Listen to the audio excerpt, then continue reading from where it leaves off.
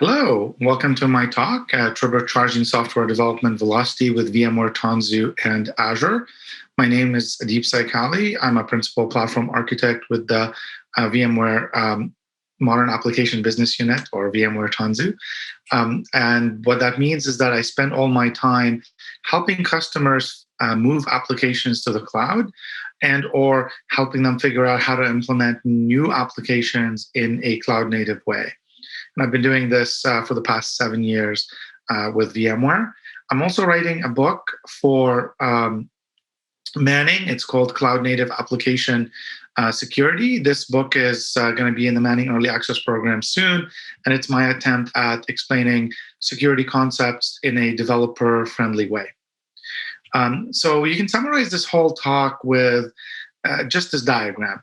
You take Azure, you take VMware Tanzu, and you're going to get some really tasty, wonderful stuff. So before I explain to you how that wonderful, tasty stuff looks like, you might be wondering, who is Tanzu? Tanzu is effectively an amalgamation of a bunch of different companies inside of VMware. So VMware acquired Pivotal, which is the company behind Spring and Cloud Foundry. VMware also acquired Heptio, which had two of the co-founders of Kubernetes. Bitnami, which is a company that's powered the public marketplaces in clouds with all sorts of open source software. Wavefront, which is a SaaS company that does monitoring and observability. So these were kind of the basic companies whose technologies kind of came together, of course, in addition to technology from VMware itself. And that is what VMware Tanzu is. We are the modern application business unit within VMware. So you're probably using some of our products already, but you may not associate the word Tanzu with us yet. This is why I'm explaining it here. So that's who Tanzu is, but what is Tanzu? Well, Tanzu is really about building a modern applications using a modern software supply chain, using a modern infrastructure with Kubernetes as a place to run your app, and managing all of this in a multi-cloud, multi-cluster, multi-app manner. Why are we doing this? We're doing this because every application has, or every company has some metric that matters. Maybe it's you want to earn more money. Maybe you want to increase your release frequency. You want to improve the stability of your system. You want to improve compliance with security and patching. It can be any number of things that you care about.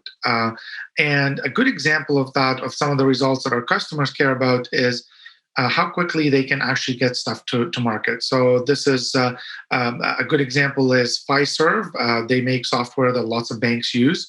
And during the COVID crisis, there was a government US program called the Paycheck Protection Program, so that small businesses could apply for loans to continue to pay their employees through the COVID crisis. And what that meant for Fiserv is they had to quickly release a portal that could be used by businesses to apply for loans and could be used by the banks to approve those loans. So they were able to do this with 15 developers. They wrote a portal that's 100,000 lines of code. They did 436 releases to production in 28 days, and they were successful with that.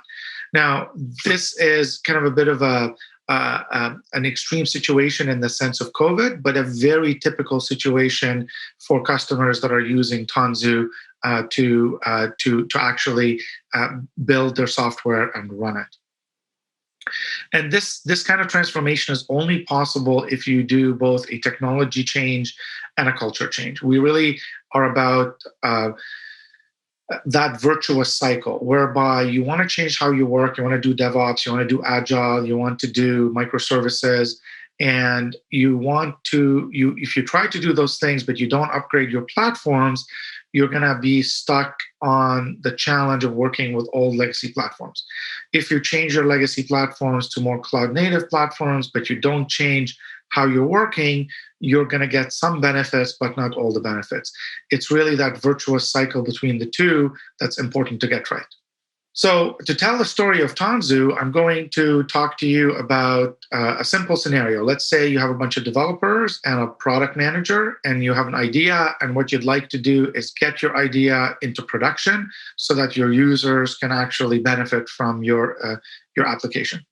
Naturally, you want to build the application as a cloud native application and run it on Azure.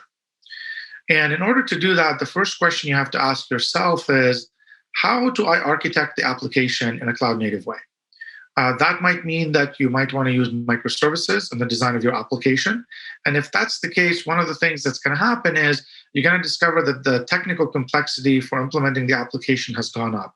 Because when you have a bunch of services that are calling each other over the network, you have to be much more disciplined about how you do many things, from keeping things stateless, using configuration servers, dealing with cascading failures, or different kinds of databases that you might be using in different microservices.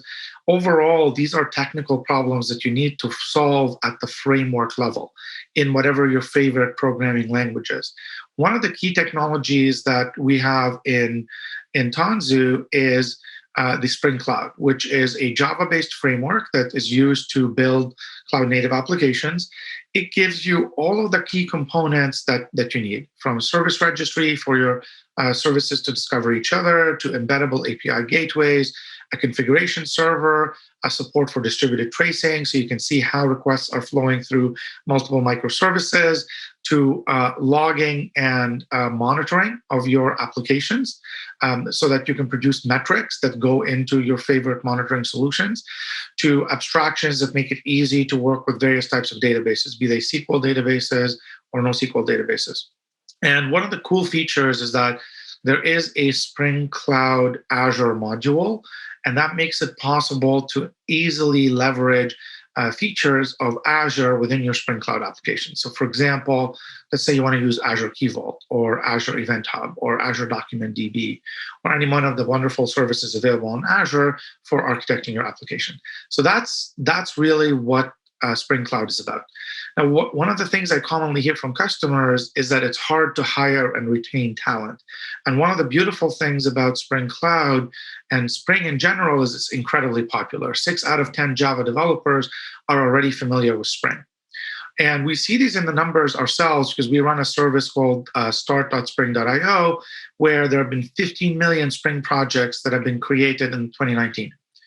And all the numbers from like how downloads on Spring and all of that, they're just going up and up and up. So overall, you're in good hands. You're going to find a lot of talent to help you build a cloud native application using Spring. And now that you've built your application, you're like, okay, I want to deploy my application into containers, but my team is a bunch of great developers, but they're not Kubernetes experts. And you have a couple of choices for how to deploy your application to containers without actually being a container expert. Option number one is you can use a technology called Azure Spring Cloud, which gives you a fully managed service run by Microsoft, which for running Spring Boot and .NET Steel Toe microservices. Steel Toe is a .NET layer to integrate with Spring Cloud. And so what you're going to get is a fully managed infrastructure with all the application lifecycle management and the monitoring that you're looking for. Bottom line, it's enterprise ready. You can actually use this to do serious production workloads. Now, this is going to cause your application to run on an AKS cluster. However, as a developer using the service, you're not going to have access to the underlying AKS cluster because Azure Spring Cloud is going to manage that AKS cluster for you. It's important to note that this is a joint engineering R&D effort between Microsoft and VMware. So what you're going to get is you're going to get the best technology from the source. You're going to get Spring from VMware, and you're going to get Azure from Microsoft. Some of the benefits is that it's going to really simplify your infrastructure management, and you're going to get access to Spring Cloud, and you're going to have the easy monitoring of your app on Azure. You might say to me, hold on a second, great, that's good if I have a Spring app, but I have a Polyglot app. And furthermore, I'm in a hybrid cloud environment where some stuff may be on-prem, some stuff is on Azure. In that type of situation, we have something called the Tanzu application service, which is a commercial offering of Cloud Foundry. Now, this runs on Kubernetes. This runs on any one of the cloud providers, on vSphere, on-prem, on any number of infrastructures. And the idea behind it is very simply to say, here's my code, run it in the cloud for me. I don't care how. And it's incredibly popular with enterprise developers because it enables them to get the power of containers without having to become DevOps experts and container experts. So a good example of customers using that is Albertsons. They're running it on Azure. And they were speaking at our Spring One user conference a few weeks ago, and they talked about how they saw a massive spike in traffic to their applications due to online shopping due to COVID-19. So you can actually, I left you the links so you can click and watch the presentation. But the bottom line is that they're basically saying that what the Tanzu application service did for them is simply unprecedented. They can't see how they would have been able to do this in the traditional way that they would be operating. Okay, so great. So you've got a couple of options where you want to enable your developers to get the power of containers without becoming Kubernetes experts. But what if you want to deploy directly to Kubernetes? You're like, okay, there's nothing wrong with that. Let's do that. We love Kubernetes. So the first challenge you have to overcome is that you may be in a regulated industry that has strict security and compliance requirements. So the problem you have to solve for is, how do you make sure that your Kubernetes cluster is configured in accordance with your corporate standards? This is where the VMware Tanzu Mission Control product comes in. This is a SaaS product, which is multi-cloud, multi-cluster, multi-team. And it's really about giving you a big red easy button to say, take a Kubernetes cluster and turn it into something that I can let my developers loose on. And I want to do this in a way that ensures productivity, consistency, and security. In particular, you can use it to provision clusters on any infrastructure of your choice, or you can attach existing clusters to it. Once you have a cluster under mission controls management, you can do things like identity access to the cluster. You can run inspections to validate that the cluster is meeting certain security standards. You can back up your clusters. You can observe what your clusters are doing. So basically a wonderful technology for simplifying working with Kubernetes clusters. Now that you got your Kubernetes clusters meeting your corporate standards, you might say, great, but my developers are actually building applications and those applications are being packaged into containers. How do I make sure that the containers that my applications are packaged into are actually meeting my corporate standards? Now, in theory, we have a corporate approved base OS image that we're using, and we have a corporate approved base layers with runtimes. Perhaps I have an Ubuntu base image and a Node.js base image, and hopefully all my development teams are using those to build their application. Reality might be a little bit different in that different teams may have gone different ways. Some teams may have used different base layers for the OS, different variants of Node, and this makes it difficult for you to do any kind of patching and security. So when there's a CVE of some kind, you have to chase down the development teams to say, hey, can you please rerun your pipeline, ensure that you've patched all the layers that are part of your image against a known vulnerability.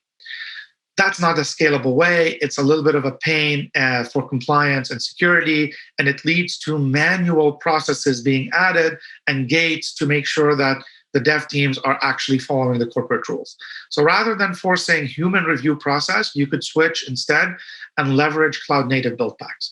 Now, cloud-native build packs is a technology that is going to generate portable OCI images from your application code.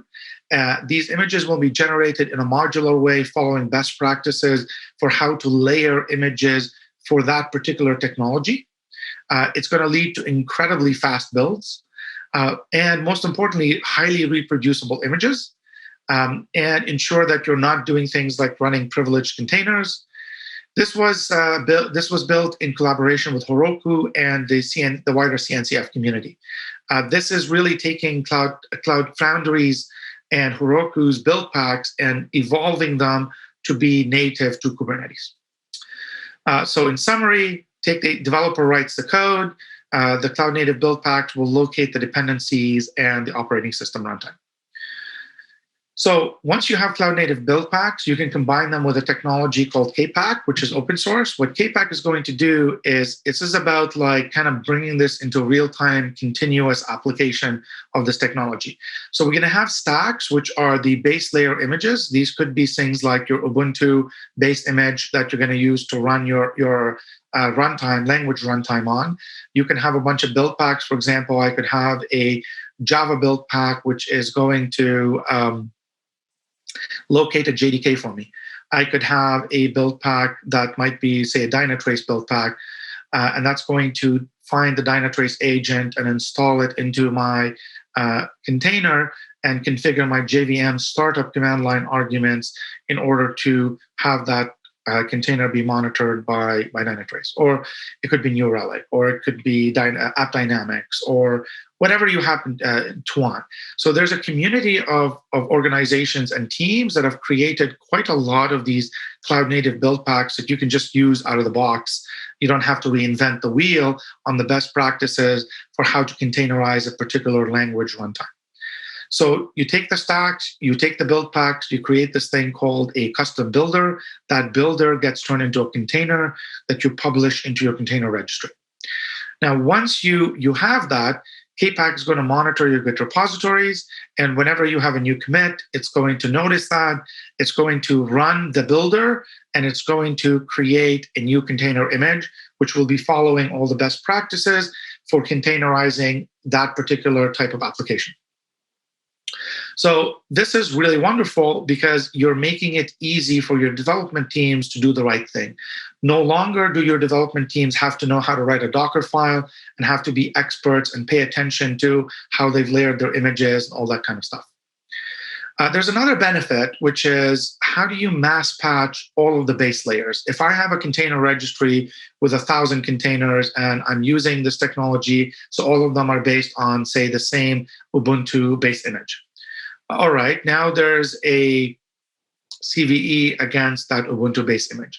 I'm able to update my stacks, and those would be automatically updated, and I can patch all 1,000 containers in my container registry. So bottom line, this is about simplifying the continuous delivery pipeline.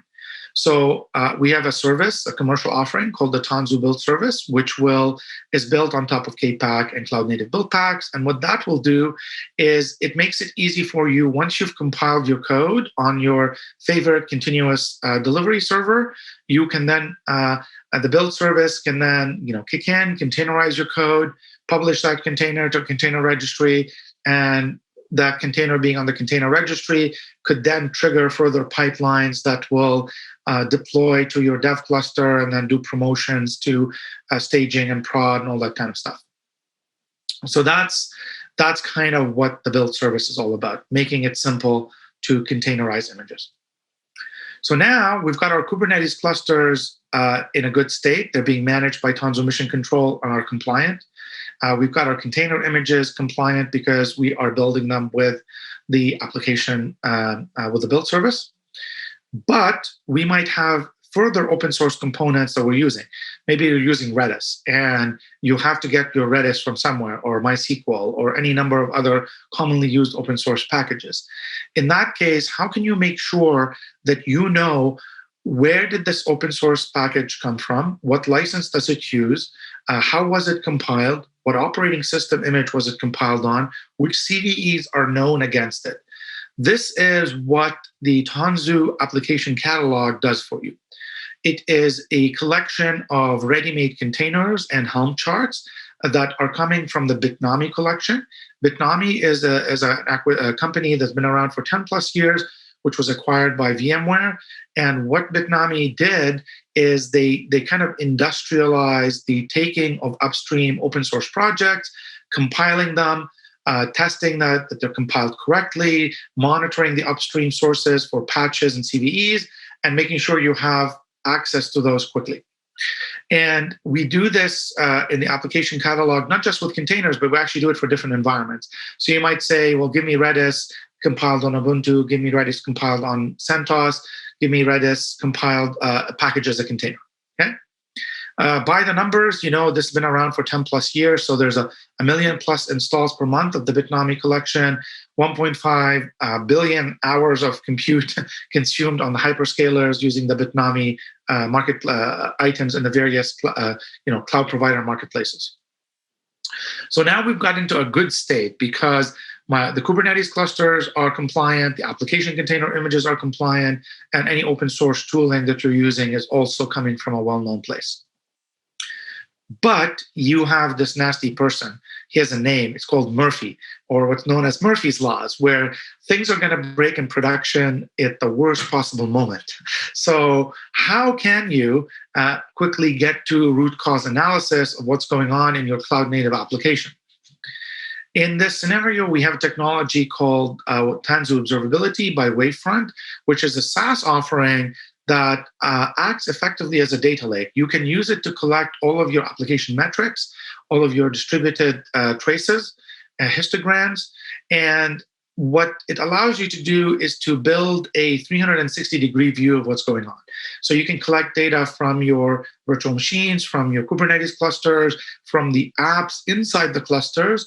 And once you get all this data into one place, you can analyze it in order to get to what is the root cause of an issue that you're having.